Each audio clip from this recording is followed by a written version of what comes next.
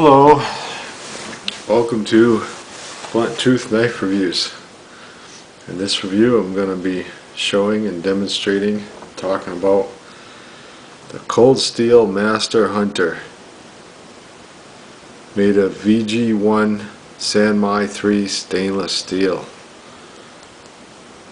Kind of neat testing out a laminated steel here, so I figured I'd do this knife because I'm curious about it. Even though I do have experience with it, so I have an idea.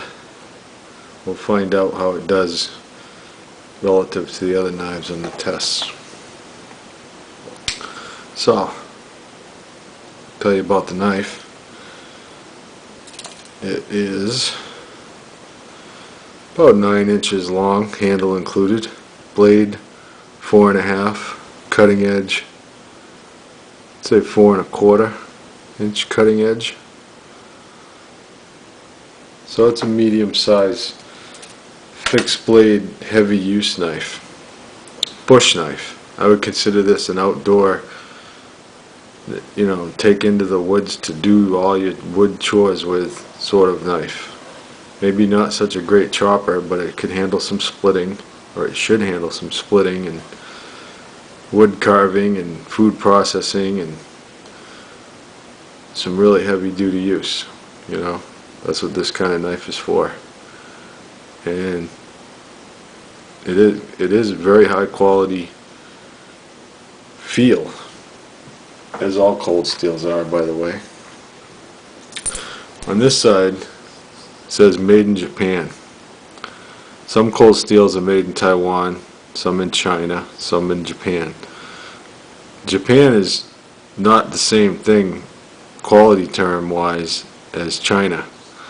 Japan is famous for making very high quality steels for many centuries. Basically, they've been doing it longer than anyone, so don't think made in Japan it's the same thing as made in China. The reason I got these 3/4 is you can at home say take 3/4 and hold them together and you'll see exactly how thick this is, because it's exactly the same, which is 5 millimeters. That's thick. That's a thick slab of laminated steel. Really thick.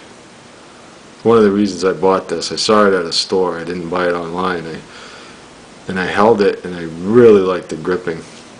And I actually have a couple of cold steels with this Kraton rubbery, it's basically rubber grip, and I really like it. It does wear, sort of gets gummy and kind of breaks away. All these little knobbies sort of break off, but it takes quite a while. It lasts a long time, so it gives you really, really good grip.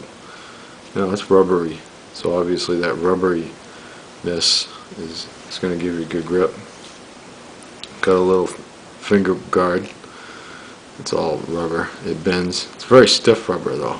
It isn't your average like tire rubber, say. Very, very stiff, very firm. Now, I don't know how the tang goes through here. Obviously, because the spine of the blade goes even with the back of the handle, the tang has to taper down a little. It has to narrow up a little bit. They say on the website it goes all the way down to the back, almost to the, to the butt of the knife. I don't know, how wide it is and how far in it goes, really. Can't tell, But it's extremely comfortable. This is laminated steel, which is a sandwich of 3 metals. If you want to find out about laminated steel, look it up online, because I'm not going to go into that. It's a big subject. But there's 3 layers. Outer 2 layers are softer metal supporting a thinner, harder sheet of metal inside, which forms the edge. This is VG1, which is rarely used in knives. This steel, Sanmai 3, is used by Cold Steel in many of their knives, including my Trailmaster and other knives. And I didn't review the Trailmaster because that's been hit on pretty good by other people. This one hasn't, so I'm going to do my Hunter.